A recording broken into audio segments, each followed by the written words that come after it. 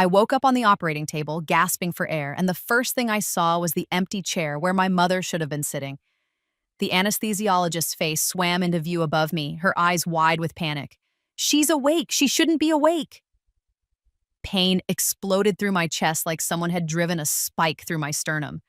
I tried to scream, but no sound came out. My body convulsed, and suddenly I was seeing everything from above, watching myself seize on that table, watching the medical team scramble, watching the monitors flatline. And then I was 14 again, sitting at the breakfast table on a Tuesday morning in September, with my entire life ahead of me and the knowledge of exactly how it would end. The glass of orange juice in my hand was cool and solid, real. My father sat across from me reading the newspaper like he always did, his reading glasses perched on his nose.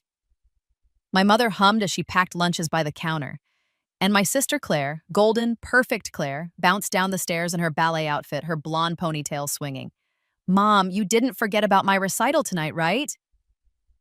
Claire's voice was bright and musical, the voice of someone who had never been denied anything in her entire life. "Of course not, sweetheart," Mom said, turning to smile at her. The smile she never gave me. "We'll be in the front row like always."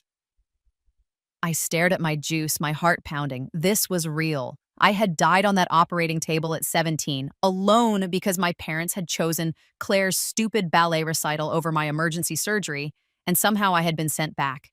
Back to 3 years before my death. Back to when I still had time. In my previous life, I had spent these 3 years trying to be good enough, trying to earn their love. I had stayed quiet when they missed my award ceremonies for Claire's dance competitions.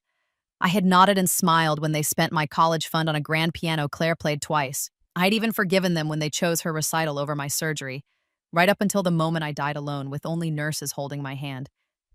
But I wasn't that girl anymore. "Evie, did you hear me?" My father's voice cut through my thoughts. "I asked if you finished your homework." "Yes, Dad." The words came automatically, muscle memory from a life I'd already lived. "Good. We need you to be more responsible this year. Claire's audition for the National Ballet Academy is coming up, and we can't have any distractions." I was 14 years old, and I was already a distraction. Not a daughter, a distraction. I looked at my father's face, the face I had loved so desperately in my previous life, and felt nothing but cold calculation. He would never love me. None of them would. And this time, I wasn't going to waste 3 years figuring that out. "Actually, Dad, I need to talk to you about something." The words came out steady, calm, not the pleading voice of the old Evie who had begged for scraps of attention. "I've been having some health issues, chest pains, difficulty breathing." My mother turned from the counter, her expression already annoyed. "Evie, don't be dramatic, you're fine. Teenagers always think something's wrong with them." "I'm serious, Mom. I think I should see a doctor." "We'll make an appointment next month," she said dismissively, turning back to Claire's lunch. "After Claire's audition. We're too busy right now." Next month. In my previous life, they had said the same thing, and next month had turned into next month, until I collapsed at school, and they found the congenital heart defect that had been slowly killing me. By then, it was too late for a simple fix. I had needed emergency surgery, and even that hadn't been enough. But this time, I knew exactly what was wrong with me, and I knew exactly how to survive. "Okay," I said softly, playing the obedient daughter one last time. "Next month." Claire smiled at me, that sweet, innocent smile that made everyone love her. She had no idea that she was the favorite. In her mind, she probably thought our parents treated us equally. She had never had to fight for anything, so she didn't understand what it meant to lose. She would learn. I spent the next week in the school library researching everything I could about Dr. Elizabeth Chen, the cardiovascular surgeon who would eventually operate on me, too late, in my previous life. She was brilliant, one of the best in the country, and she had cried when I died on her table. I remembered her face, the guilt in her eyes, even though my death hadn't been her fault. It had been my parents' fault. They had delayed and delayed until a routine surgery became an emergency, and an emergency became a catastrophe. But Dr. Chen had told me something in those final moments as I drifted in and out of consciousness. She had told me about a program she ran, a charity that provided free heart surgeries to children whose families couldn't afford treatment. She had told me that if I had just come to her directly, she could have helped me. I hadn't understood then. I had been too weak, too close to death. But now, with 3 years of memories I shouldn't have, I understood perfectly. Dr. Chen's program was for low-income families, families who couldn't pay, and my family, despite my father's six-figure salary and my mother's inheritance, had qualified me for that program by refusing to spend money on my health care. They had made a choice. Claire's dreams were worth their money. My life was not. I printed out the application forms during lunch, hiding them in my backpack between my math textbook and my journal. That night, while my parents drove Claire to her ballet practice, I filled them out with shaking hands. Name, Evelyn Marie Winters, age 14. Condition, congenital heart defect, suspected ventricular septal defect with complications. How did I know that? How did a 14-year-old girl self-diagnose a complex heart condition? I couldn't explain it on the form, so I didn't try. I just described my symptoms with the precision of someone who had lived with them for 3 years and died from them. The chest pain that felt like drowning, the exhaustion that made every step feel like running a marathon, the blue tinge to my lips when I overexerted myself. In the section asking about family financial status, I hesitated. Then I wrote the truth. Parents refused to seek treatment or pay for medical care. All family funds allocated to sisters' extracurricular activities. It felt like betrayal, writing those words. The old Evie would have protected them, made excuses for them, but the old Evie was dead, and I was just trying not to follow her. I mailed the application the next morning before school, walking 3 blocks to the post office so my parents wouldn't see. Then I went to class and pretended everything was normal. 2 weeks later, Dr. Chen's office called. My mother answered. "Yes, this is Evelyn's mother," she said, her voice taking on that particular tone of annoyance she reserved for interruptions. "What is this about?" I watched from the doorway as her expression shifted from annoyance to confusion to anger. "Excuse me, my daughter did not apply for charity medical care. There must be some mistake. Our family is perfectly capable of—" She paused, listening. Her face went red. "That is absolutely not true. We provide excellent care for both our daughters. Evelyn is perfectly healthy. This is clearly some kind of prank, or—" She was cut off again. This time, the pause was longer. When she spoke again, her voice was ice. "I see. Yes, I understand. We'll discuss this and get back to you." She hung up and turned to me with fury in her eyes. "Evelyn Marie Winters, get down here right now." I walked down the stairs slowly, keeping my face neutral. Inside, my heart was racing. The damaged, dying heart that was slowly killing me while they paid thousands for Claire's private ballet lessons. "Did you apply for charity medical care behind our backs?" "Yes." The simplicity of my answer seemed to stun her. The old Evie would have apologized, groveled, tried to explain. The new Evie just stood there waiting. "How dare you?" my mother hissed. "How dare you embarrass this family like that? Making it sound like we neglect you, like we don't provide for you." "You don't," my voice was calm. "I've been telling you for 2 weeks that I need to see a doctor. You said next month. You always say next month. Because you're fine. You're being dramatic, just like always, trying to take attention away from your sister. I'm dying." The words hung in the air between us. My mother stared at me, her mouth open. "I have a heart defect," I continued, my voice steady despite the trembling in my hands. "A hole in my heart. If I don't get surgery in the next year, I'll die. Dr. Chen can fix it now for free through her program, or you can keep ignoring it and spend my college fund on another grand piano for Claire." "That's enough," my father's voice came from behind me. I hadn't heard him come in. "Go to your room, Evelyn, now." I went, and as I climbed the stairs, I heard them arguing in furious whispers, my mother's voice shrill with indignation and my father's low and angry. They weren't worried about my heart. They were worried about what the neighbors would think if word got out that they'd let their daughter apply for charity care. 3 days later, Dr. Chen called again. This time, she asked to speak to me. "Evelyn, Her voice was warm, professional, the same voice I remembered from my deathbed. Your application has been approved. I'd like you to come in for a full cardiac workup next week. Can you do that? My parents? I've spoken with your parents, she said, and there was an edge to her voice now. They've agreed to the evaluation. After that, we'll discuss treatment options. I closed my eyes, relief flooding through me so intensely it made me dizzy. Thank you. Evelyn, she said softly. Sweetheart, your symptoms are serious. Why didn't you tell someone at school? A teacher? A counselor? Because I had, in my previous life. And they had called my parents, who had smiled and reassured them that they were handling it, that they would take care of it. And then they had yelled at me all the way home for causing a scene. I'm telling someone now, I said. The cardiac workup confirmed what I already knew. I had a ventricular septal defect with complications, a hole in the wall between the lower chambers of my heart. Blood was flowing the wrong way, forcing my heart to work harder and harder to pump oxygen through my body. Eventually, in 3 years, if everything went exactly as it had before, my heart would simply give out. But it didn't have to. The good news, Dr. Chen said, sitting across from me and my parents in her office, is that we caught this early. With surgery, Evelyn can expect to live a completely normal life. Without it, she paused, looking directly at my mother. Without treatment, the mortality rate for a defect this severe is nearly 100% within 5 years. My mother's face was pale.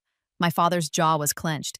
And Claire, who had insisted on coming along because she wanted to support me, looked genuinely scared. How soon? My father asked, aside. I'd like to schedule the surgery for next month. Evelyn's young, she's relatively healthy otherwise, and her recovery should be straightforward. But we can't wait much longer.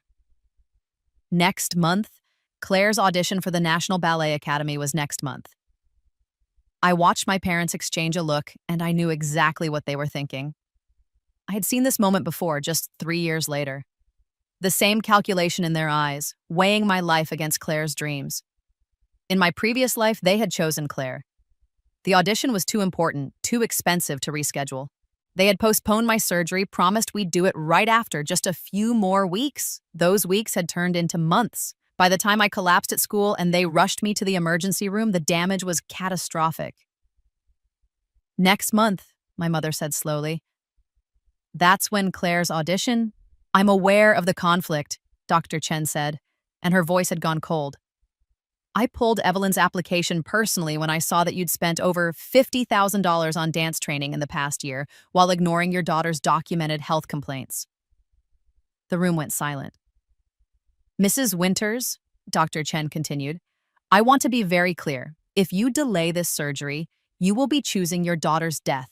Not today, not tomorrow, but soon, and I will not operate when it becomes an emergency because you couldn't prioritize your child's life.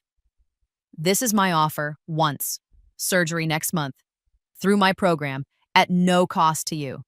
If you refuse, I'll be reporting this case to Child Protective Services. My mother's face went from pale to red. You can't threaten us. I'm not threatening you. I'm protecting my patient. Dr. Chen turned to me, her expression softening. Evelyn, do you want this surgery? Yes, I said. My voice didn't shake.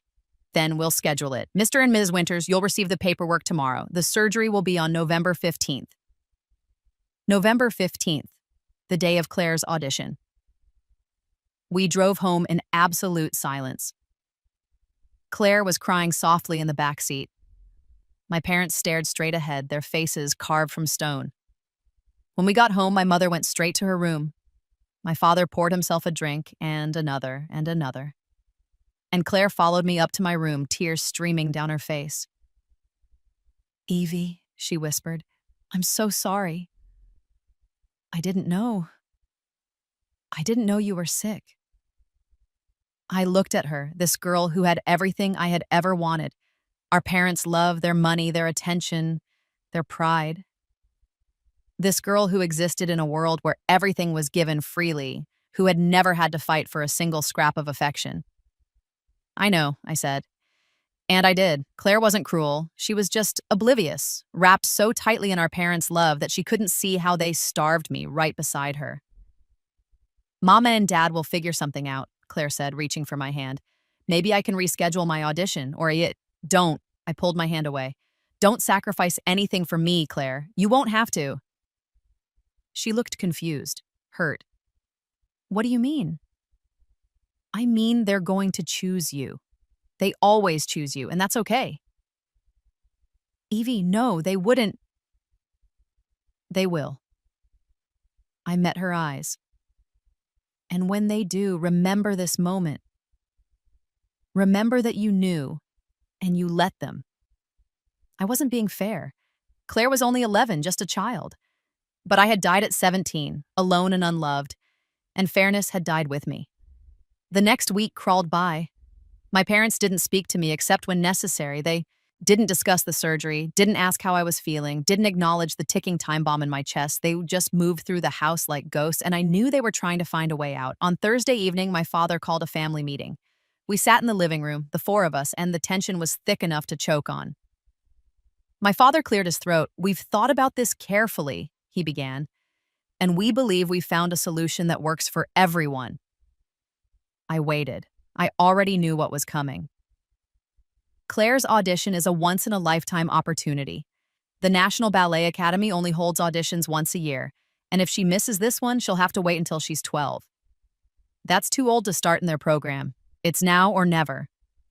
But Evie's surgery, Claire started, can be rescheduled, my mother cut in. Dr. Chen is being unreasonable. There are other excellent surgeons who can perform this operation. We've consulted with several, and they all agree that waiting a few more weeks won't make a significant difference. I felt something cold settle in my chest, where my broken heart struggled to beat. They had lied to me. Or maybe they hadn't asked at all. Either way, they had decided. So, my father continued, we'll postpone the surgery until after Claire's audition. Just a few weeks. Then we'll schedule it with a different doctor and everything will work out fine. No. They all turned to look at me. No, my father repeated. No, you won't reschedule my surgery. I'll have it on November 15th, like Dr. Chen scheduled. And you can go to Claire's audition, both of you.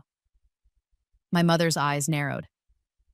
Evelyn, you're 14 years old. You don't get to make these decisions. Actually, I do. I signed the consent forms myself. Dr. Chen witnessed them.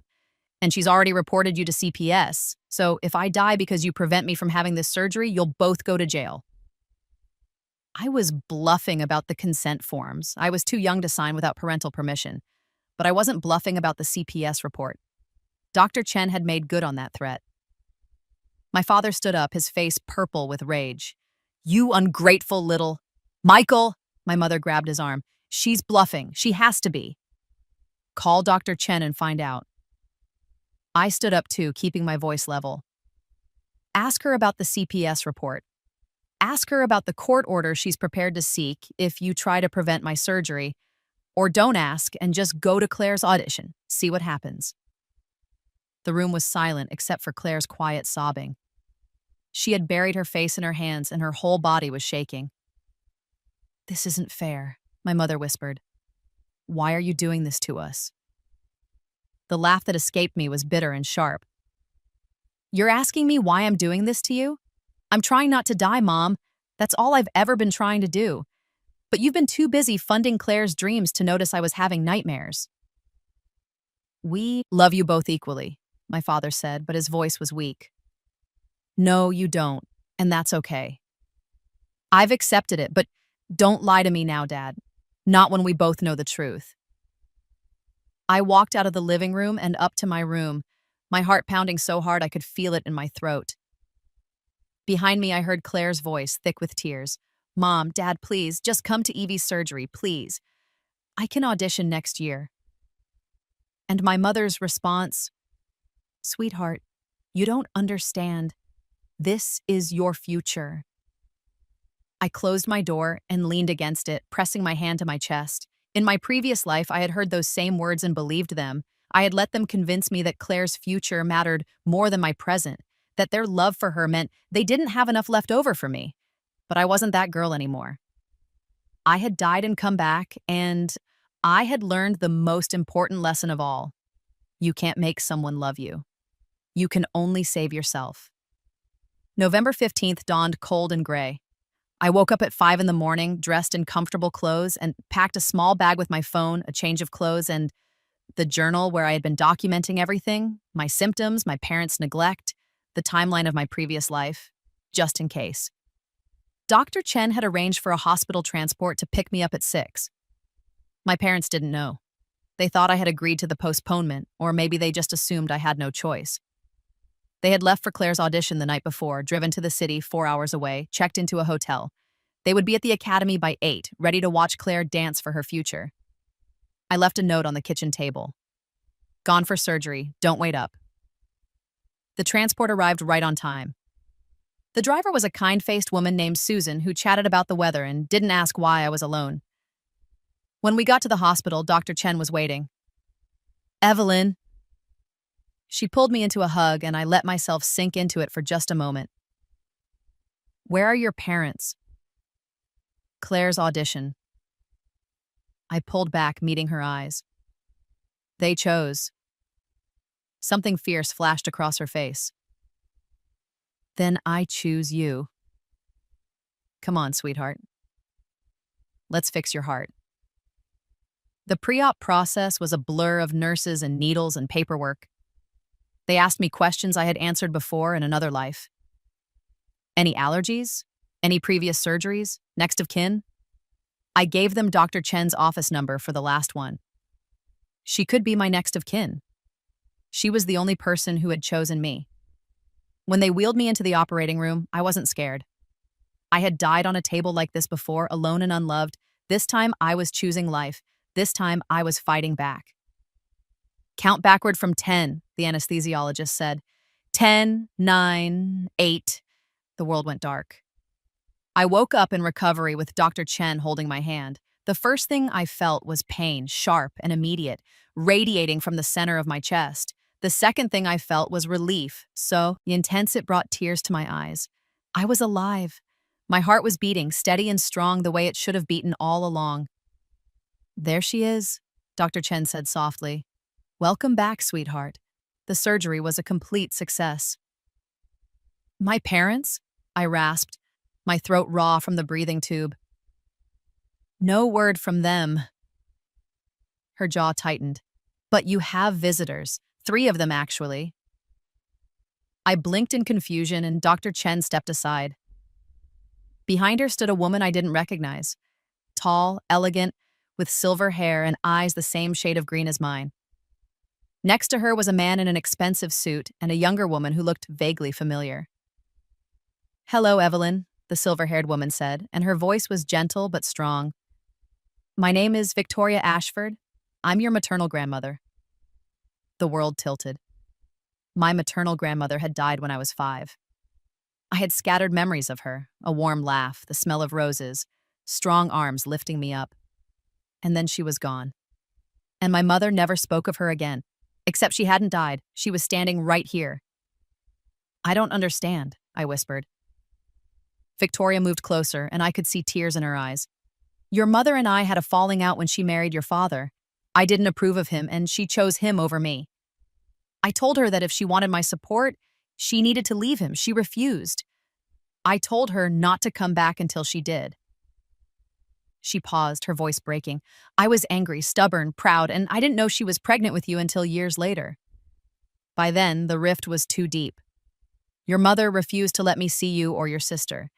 She said I had made my choice and she had made hers." "How did you—" I couldn't finish the question. "Dr. Chen," Victoria said, glancing at the doctor with gratitude. "When she saw your application, saw your mother's name, she looked into your family history. She found me. And she told me that my granddaughter was dying because her parents were neglecting her medical care in favor of her sister's ballet career." The man in the suit stepped forward.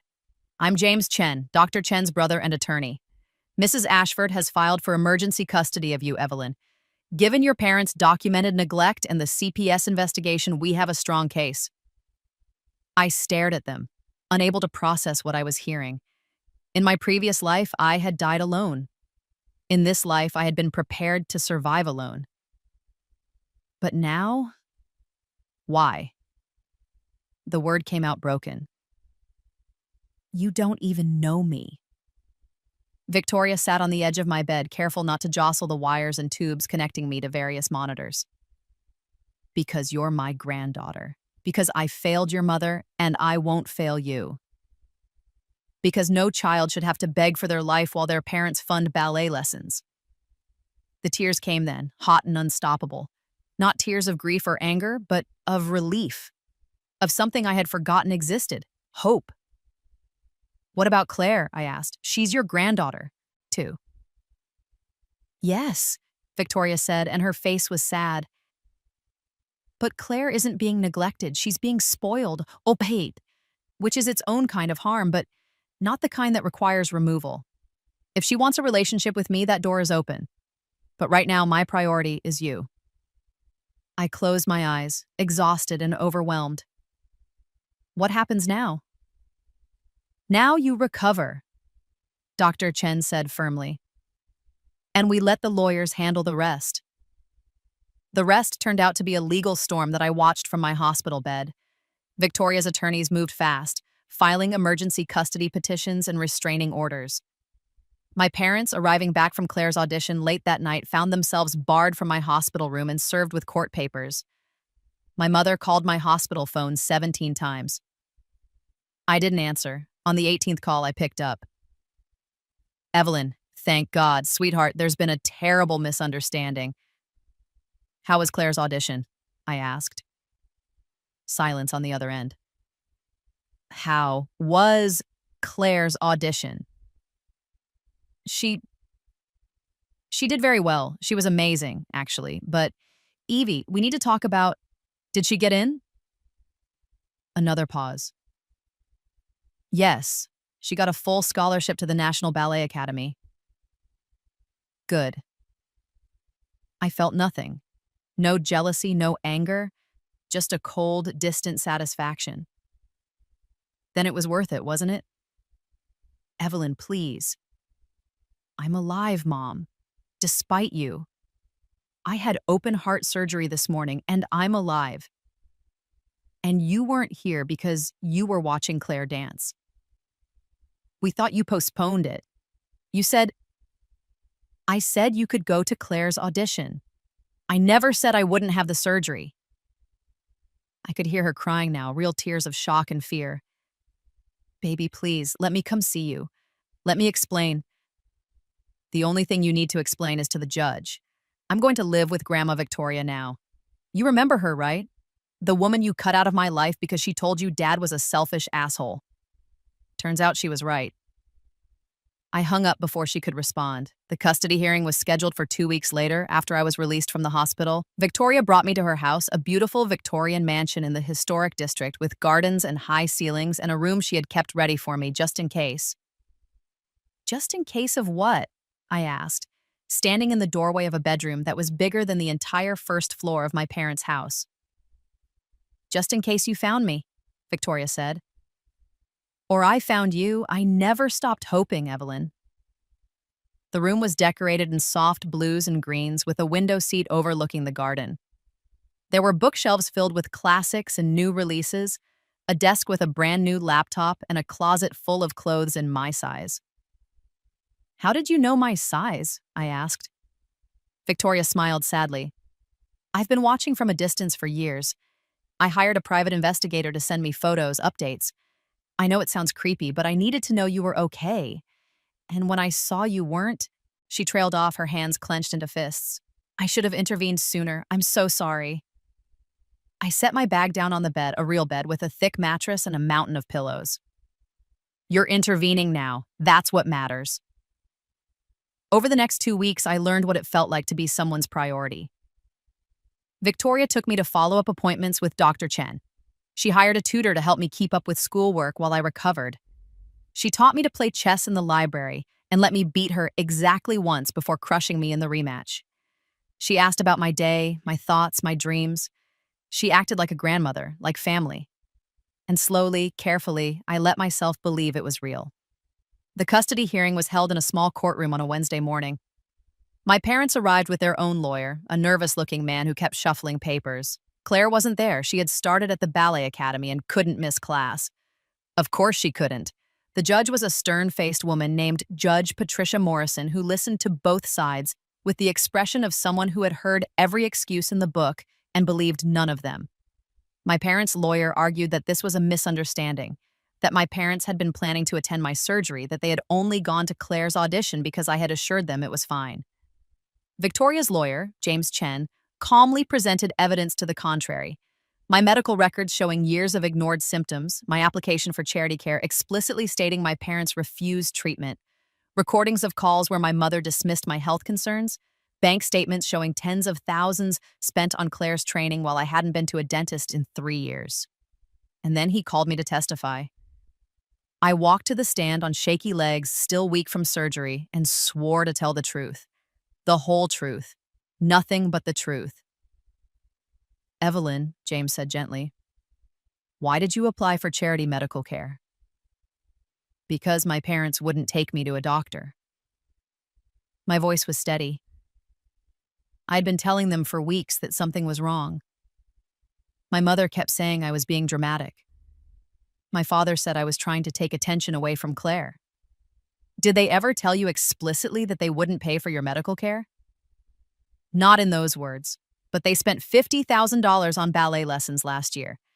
When I asked if I could join the debate team, which cost $200, they said we couldn't afford it." "What happened when Dr. Chen scheduled your surgery?" I took a deep breath. "They tried to postpone it. They said Claire's audition was more important. They wanted to wait a few more weeks." "Did they say what would happen if the surgery was delayed?" "They said it would be fine. That other doctors had told them waiting wouldn't make a difference." James held up a document. "Your Honor, we've contacted every cardiac specialist in the state. None of them consulted with Mr. or Mrs. Winters. They lied to their daughter about her medical prognosis to justify attending a ballet audition." Judge Morrison's expression darkened. She turned to my parents. "Mr. and Mrs. Winters, did you or did you not accompany your daughter to her heart surgery?" My father stood, his face red. "Your Honor, we thought, yes or no?" "No." His voice was barely audible. "We went to our other daughter's audition." "And when did you become aware that the surgery was proceeding as scheduled?" "When we got served with custody papers at the hospital that night." The judge wrote something down, her pen scratching across paper like a death sentence. "And in the 8 hours between dropping your daughter off and the completion of her surgery, did you call to check on her?" Silence. "Did you call the hospital? Did you call the surgeon? Did you make any attempt to ensure your 14-year-old daughter survived open-heart surgery?" "We thought she had postponed it," my mother said, her voice breaking. "She said we could go to Claire's audition. We thought she understood." "Understood what, exactly? That her sister's dancing was more important than her life?" My mother crumpled into her seat, sobbing. My father put his arm around her, but his face was gray, defeated. Judge Morrison turned to me. "Evelyn, do you want to live with your grandmother?" "Yes, Your Honor." "Do you feel safe in her care?" "Yes, Your Honor." "Do you wish to have any contact with your parents or sister?" I hesitated. This was the moment. The moment where I could destroy them completely, cut them off forever, make them feel the abandonment I had felt dying alone on that table. But when I looked at my mother's tear-stained face, I didn't feel triumph. I just felt tired. "I'd like to see Claire," I said quietly. "If she wants to see me." "But my parents, not right now, maybe someday, but not now." Judge Morrison nodded. "Custody of Evelyn Marie Winters is awarded to Victoria Ashford, effective immediately. Mr. and Mrs. Winters, you will be permitted supervised visitation once per month, if Evelyn agrees. You will also be required to attend family counseling. Additionally, I'm ordering you to establish a trust fund for Evelyn's future medical expenses and education. equal to the amount you've spent on Claire's training over the past 3 years. $50,000 within 30 days. My father started to protest, but Judge Morrison silenced him with a look. You made a choice, she said coldly. You chose one daughter over the other. You can't undo that choice. But you can pay for it, literally. The gavel came down and it was over. We left the courthouse through a back entrance to avoid reporters. Apparently, the story had leaked. Parents skipped daughter's heart surgery for ballet audition, and it had gone viral. My mother's Facebook was full of comments calling her a monster. My father's business had lost 3 major clients. Claire's Instagram, which she had made public to attract ballet scouts, was flooded with hate. I should have felt guilty. Instead, I just felt free. That night, Victoria made dinner. Real homemade dinner, not takeout or frozen meals. And we ate in the dining room like civilized people. Afterward, we sat in the library and she told me stories about my mother as a child. She was so bright, Victoria said sadly. So full of life. I don't know what happened. Maybe it was Michael, your father. He's very good at making people believe they're never good enough. Maybe she internalized that, and then she passed it on to you. Does that make it okay? I asked. No, Victoria said firmly.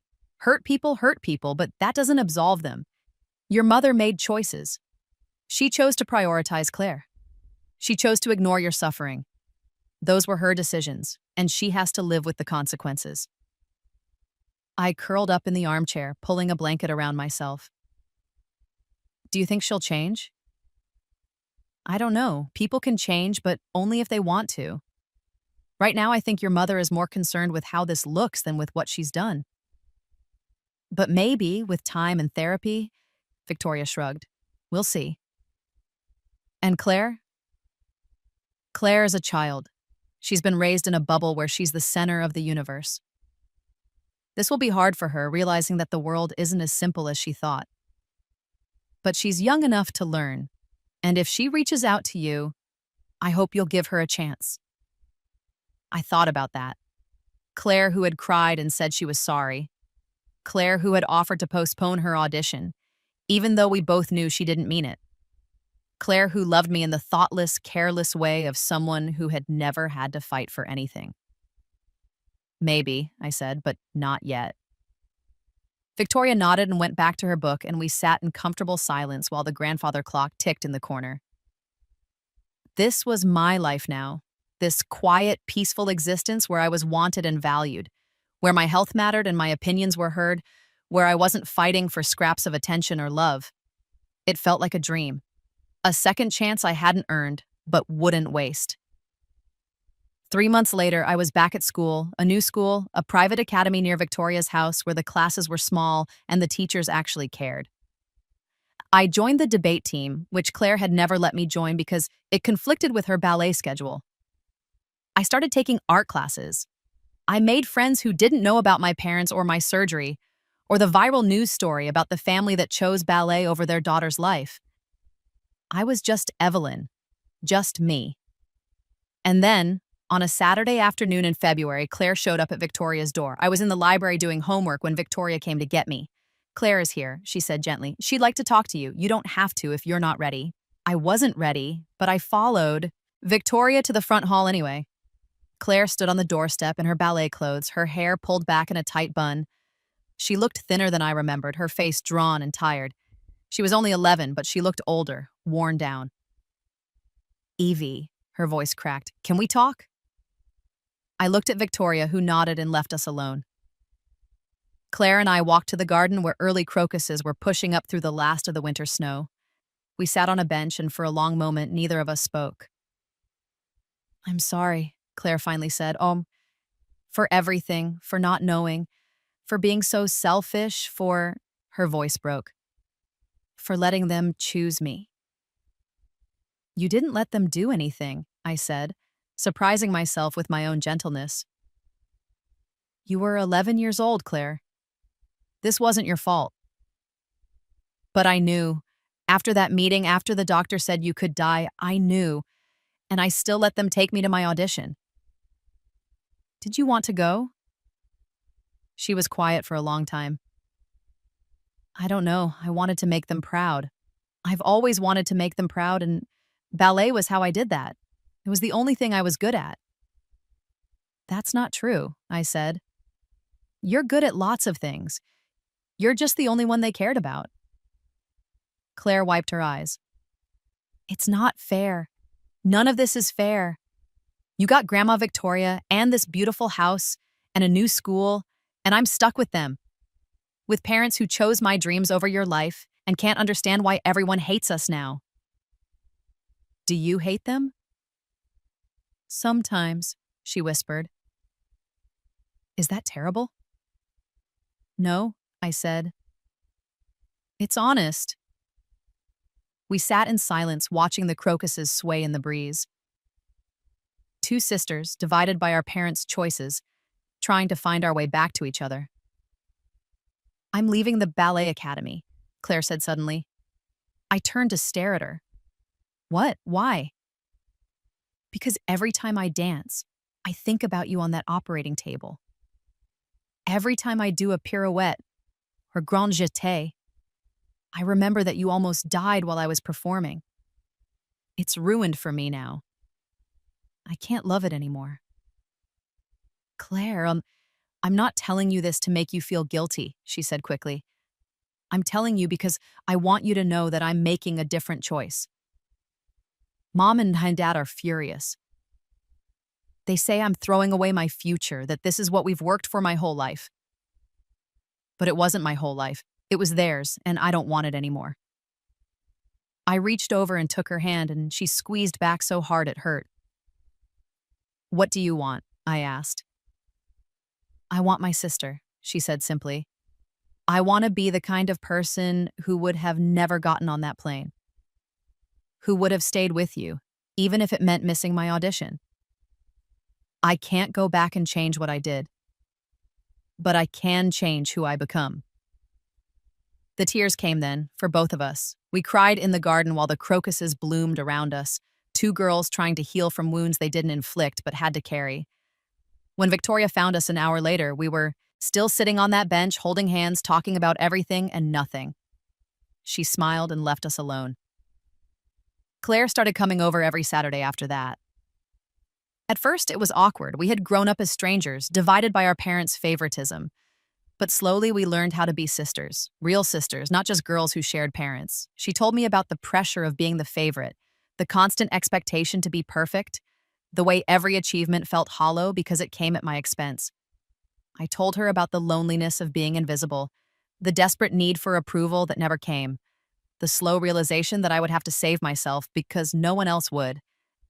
We were both casualties of our parents' dysfunction, just in different ways. My parents tried to contact me several times. Letters, emails, phone calls that Victoria screened. I read the letters once. Long, rambling apologies full of justifications and excuses. They were sorry. They had made a mistake. They loved me. They wanted me to come home. But they never once acknowledged the fundamental truth. They had valued Claire's happiness over my life.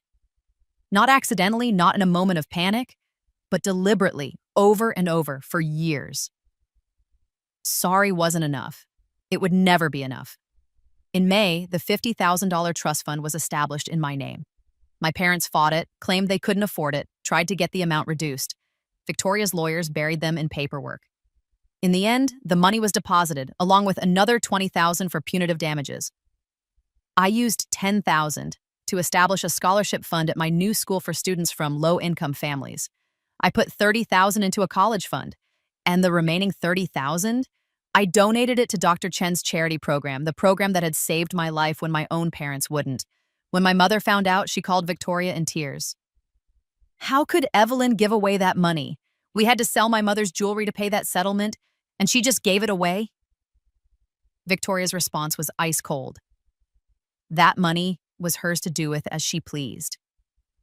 Perhaps if you had invested in her when it mattered, she would feel differently. But you didn't, so she doesn't. And for the record, Margaret, that wasn't your mother's jewelry, that was mine. I gave it to you when you got married, and you've been lying about its origins for years. My mother hung up. She didn't call back.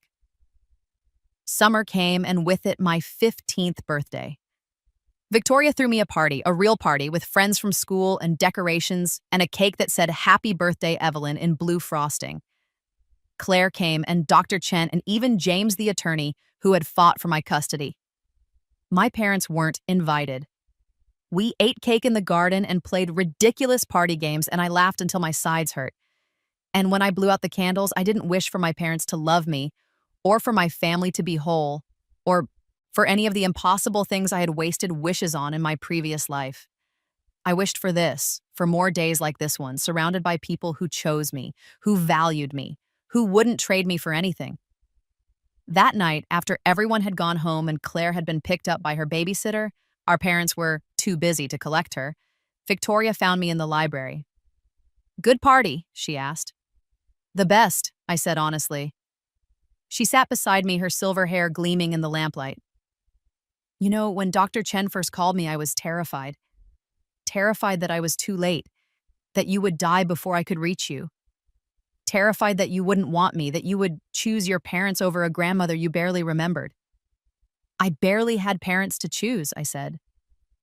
"You were the first person who chose me back." Victoria pulled me into a hug, and I let myself be held. In my previous life, I had died believing I was unlovable, that there was something fundamentally wrong with me that made my parents care more about Claire's dreams than my survival. But I had been wrong. There was nothing wrong with me. I was worthy of love, of care, of someone showing up. I had just been looking for it in the wrong place. "I love you, Evelyn," Victoria whispered. "I will always choose you." "I love you too, Grandma." We sat there in the quiet library, grandmother and granddaughter, building a family from the ruins of the old one. 5 years later, I graduated from high school as valedictorian. Victoria sat in the front row, crying proud tears. Claire was there too, in her first year at a liberal arts college, studying art history instead of ballet. Chen came, and James, and half my debate team. My parents sent a card. I didn't open it. In my speech, I talked about second chances, about the importance of choosing yourself when no one else will, about the people who show up when it matters and the ones who don't. I didn't mention my parents by name. I didn't need to. Everyone knew. After graduation, reporters asked if I planned to reconcile with my family. I smiled and said, I already have. Victoria Ashford is my family. So is Dr. Chen, who saved my life. So is my sister Claire, who chose to be better. That's all the family I need. The video went viral, again. My mother sent an email. "How could you say that, after everything we've done for you?" I deleted it without responding. I went to college on a full scholarship, funded partially by Victoria, partially by my trust fund, and partially by my own merit. I studied biomedical engineering with the goal of designing better heart valves, better surgical techniques, better ways to save kids like me. Claire and I talked every week. She was happy, lighter, free from the crushing weight of our parents' expectations. She had a boyfriend who loved her for who she was, not what she could achieve. She was learning to paint, badly but joyfully. "Do you ever regret leaving ballet?" I asked her once. "Every day," she said honestly. "But I don't regret choosing you over it. That's the only part I got right." As for my parents, I heard about them occasionally through the grapevine. My father's business had recovered somewhat, though he'd never regain his old reputation. My mother had become a recluse, unable to face the judgment of her former friends. They had sold their house and moved to a smaller town where no one knew their story. I felt nothing when I heard these updates. No satisfaction, no guilt, no grief. They were just strangers who had briefly been in my life, people I had outgrown and left behind. On the 5th anniversary of my surgery, Dr. Chen invited me to her office. When I arrived, she had champagne, sparkling cider for me, since I was still only 19, and a small cake. "To surviving," she said, raising her glass. "To choosing life," I countered. We clinked glasses, and she smiled. "You know, when I first met you, I was so angry. Angry at your parents, angry at the system that let them neglect you, angry at myself for not finding you sooner. But watching you these past 5 years, Evelyn, you've become remarkable." "I had good teachers," I said, gesturing at her. No, she said firmly. You did this yourself. You saved yourself. I just gave you the tools. That night, I drove back to Victoria's house, my house, and sat in the garden where Claire and I had reconciled 5 years ago. The crocuses were blooming again, faithful as ever, pushing through the earth year after year. I pulled out my journal, the one I had started documenting everything in. I hadn't written in it in years. But tonight, I felt like I needed to close this chapter properly. Dear old Evelyn, you died alone, unloved, believing you weren't enough. I'm writing to tell you that you were wrong. You were always enough. Our parents were just too broken to see it. I don't know why we got a second chance. I don't know what cosmic force sent us back, gave us the knowledge to save ourselves. But I'm grateful. Because in saving my life, I learned how to live. I learned that love isn't about blood. It's about choice. It's about showing up. It's about the people who sit beside your hospital bed and the ones who choose ballet over your heartbeat. I learned that you can't make someone love you. You can only decide if you'll love yourself enough to walk away. I learned that second chances aren't about revenge. They're about choosing better, being better, finding the people who choose you back. I'm happy now, really, truly happy. I have a grandmother who loves me fiercely, a sister who's learning how to be a real sister, friends who value me, a future that isn't measured in heartbeats until death but in years of possibility. Our parents still don't understand what they did wrong. Maybe they never will.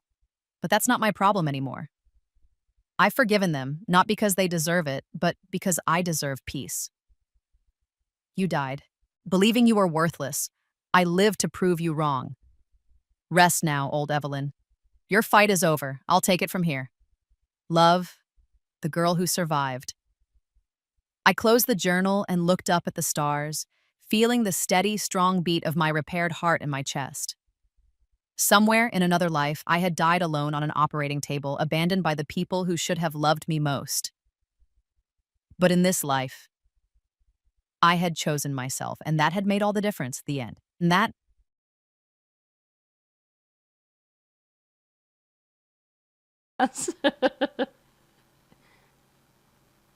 Oh, this is such a fucking tune, Tommy Genesis.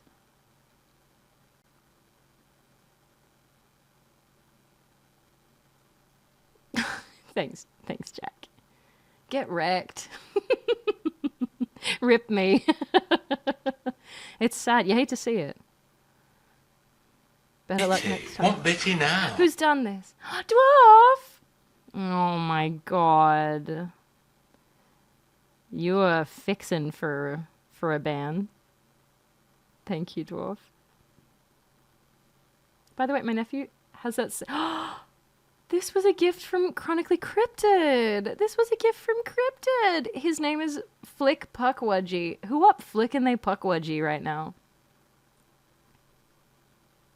Oh, it's good to branch out. God damn it. I know. Who happened to me? I know, Jack. It's crazy.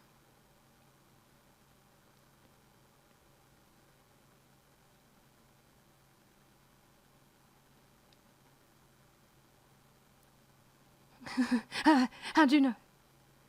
Love sounds so rich. Oh, thank you. I'm glad to be here. This song is called Bad Boy. Naughty word. Uh-huh. She said pussy.